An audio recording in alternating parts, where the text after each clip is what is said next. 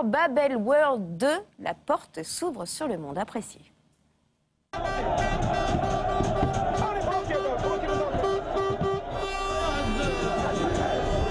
Des images qui partiront jamais de ma tête, c'est voir tout ce monde, toute cette foule, partout pareil, c'était partout, à l'aéroport, sur le chemin, à l'arrivée, au milieu, partout. Il y avait un bonheur, on sentait les gens heureux, je n'arrive pas encore à réaliser ce qui s'est passé 3 ou 4 jours après.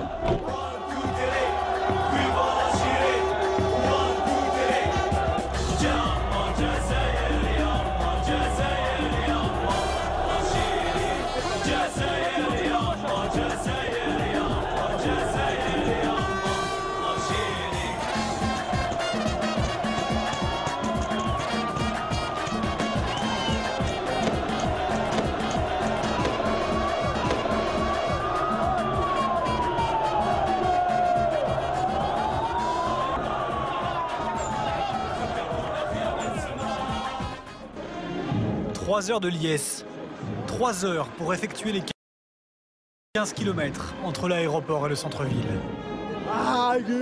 Est-ce que tu l'as déjà vu dans un autre pays? T'as déjà vu ça dans un autre pays? Hein? On est juste qualifié. On est juste qualifié. Hein. T'as filmé au moins depuis qu'on est arrivé ici? Incroyable. C'est incroyable. J'ai jamais vu ça de ma vie et je pensais pas que ça existait. Bon, ça existe en Algérie.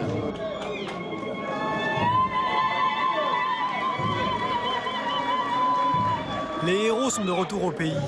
24 heures d'heure suprême. Le président Abdelaziz Bouteflika les décore et les remercie au nom du peuple algérien.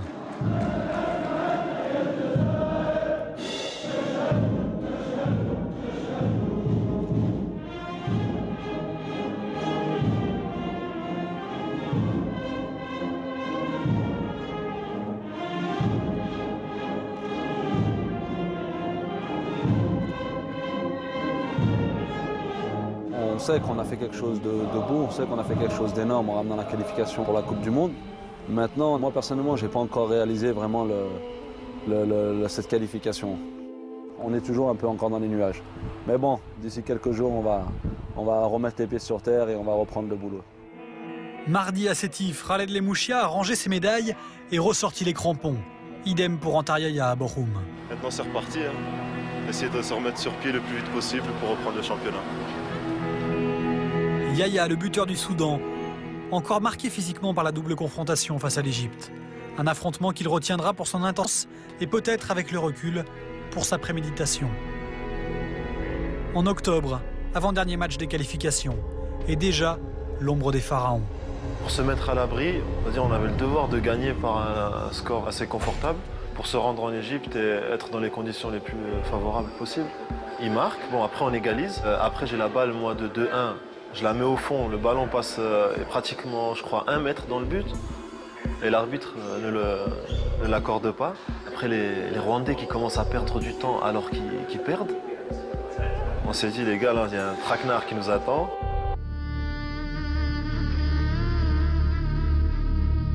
Le Caire, à 48 heures du match. Les Algériens débarquent avec un mot en bouche. Fraternité. Nous sommes des frères pour toujours. En face, de l'autre côté de la rue, le peuple frère. Même langue, même culture, même ambition, mais pas les mêmes intentions.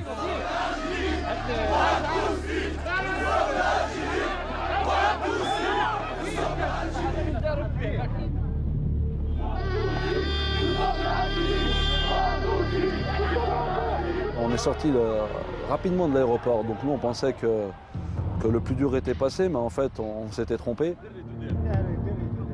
C'est vrai que sur le moment on a paniqué, on a eu peur, parce qu'on était tous allongés, on ne voyait pas ce qui se passait autour. C'était ça qui était un peu impressionnant.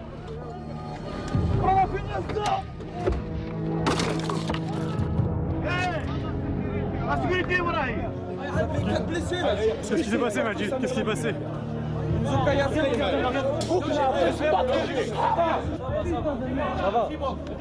4 blessés avant même que le match commence.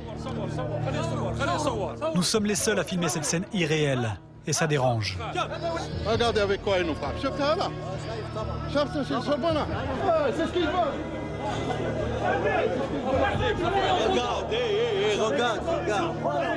Imagine un joueur, il prend ça dans la tête. Imagine.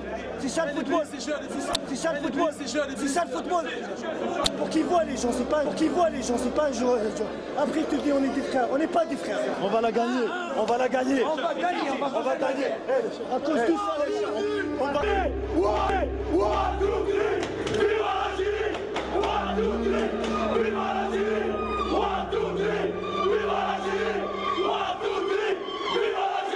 Quand il y a eu l'agression, on s'est dit mais ils sont prêts à quoi pour se qualifier? C'est là où ils ont réussi à nous sortir pendant un moment du match, quoi.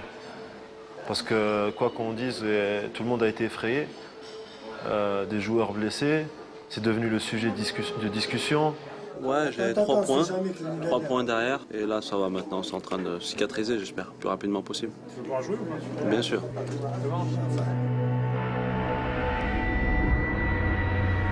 La peur cède peu à peu la place à la révolte. Tout le monde veut finalement jouer ce match. Tout le monde est apte, surtout les blessés. Demain, c'est le grand jour. C'est la pierre qui a tombé, je pense la 3e ou la 4e. Qui est tombée sur moi. Déjà heureusement sur ma main que mon visage. Les dents, ça va aller, Inch'Allah.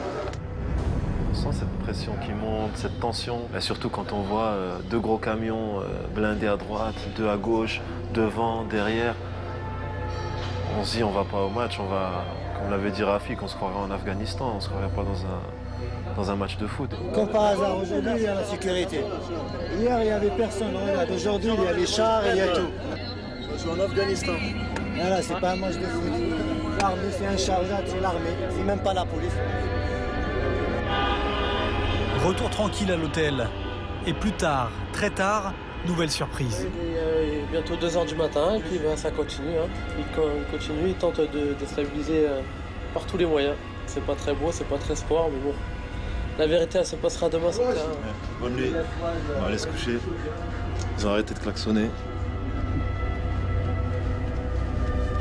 Moins de 24 heures avant la rencontre. Le match est loin, la paranoïa guette.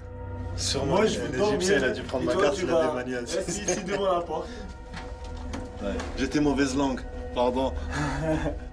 À partir du moment où il y a eu cette attaque, c'est bon. Qu'on leur pardonne, que la FIFA, sur le coup, après, elle n'ait pas pris de décision tout de suite. Leur coup, il était réussi, de terroriser les gens. C'était réussi déjà. Donc on va au match dans cette atmosphère-là. On est plus fort qu'eux, et c'est pour ça qu'ils ont commencé à nous créer des histoires. On savait qu'ils allaient nous faire tous les moyens pour nous déstabiliser. Vous êtes l'exemple, c'est l'Algérie qui joue. Et on doit donner un très bon exemple dans le comportement. Tout le monde. Y compris moi, parce que la dernière fois, je me suis énervé. On va aller au match. On va les battre sur le terrain. Et là, on va leur démontrer, on va leur dire, voilà, nous, on mérite d'aller au Coupe du Monde. On est prêt pour le match. La guerre. Les champions, bon courage les champions.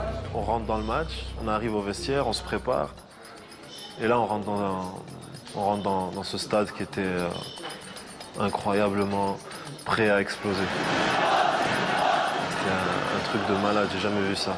Tout ce qui criait en arabe, Égypte, Égypte. On dirait qu'ils te le criaient dans la tête et c'était un public fanatique, vraiment, c'était incroyable, incroyable. Les Fennecs ont surmonté tous les obstacles pour être au rendez-vous. Il n'en reste qu'un, une équipe d'Égypte survoltée qui doit marquer au moins 2 buts pour continuer à y croire. Première alerte dans le périmètre algérien. Ça a failli être l'ouverture du score. Et Younes Gawami en 2 temps. 2 minutes seulement et 1-0. À 2-0, c'est match d'appui. Au-delà, c'est l'élimination. L'Algérie tient pourtant sa qualification jusqu'à la 95e minute. C'est bien joué par Bouguera. Une fois de plus. Oh là là, technique. Oh là là là là. Ultime coup derrière la tête. Il y aura match d'appui. Quand on prend le but, il y a la moitié de l'équipe qui s'effondre. C'est la première fois de ma carrière que j'ai eu le souffle coupé. Ça fait mal, c'est très très dur à digérer, mais on n'a pas le choix. Hein.